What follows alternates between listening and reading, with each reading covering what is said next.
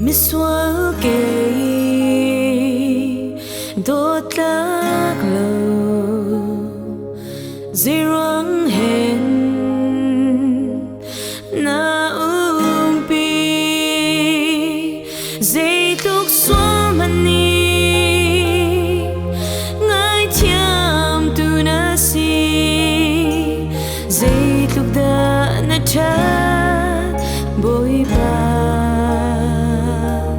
nang tuk cha an lo asung bi na dot na mi swa kham oka na fa ngai chun chu volei chung vial de na pe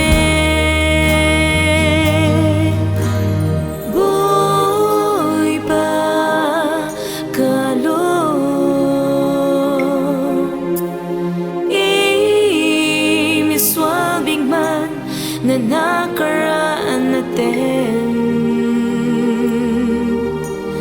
Dung ra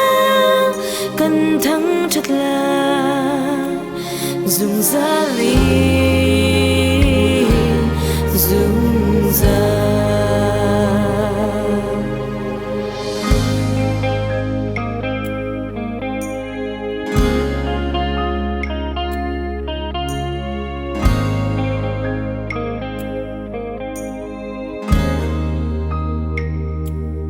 Miswal kay đốt lắc lầu zirang hen na umpi thét nắc tua kholo mít khi lòng loan ter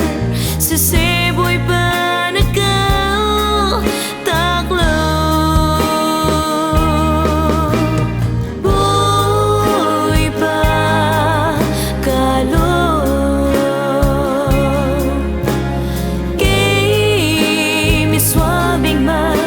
na nakaraan natin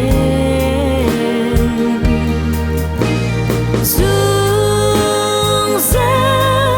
kantang chatla Dung ra li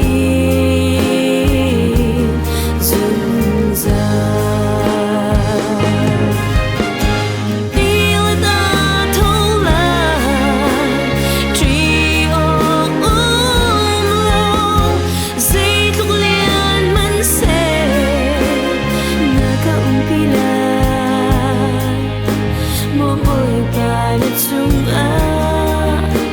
Mo bôi ba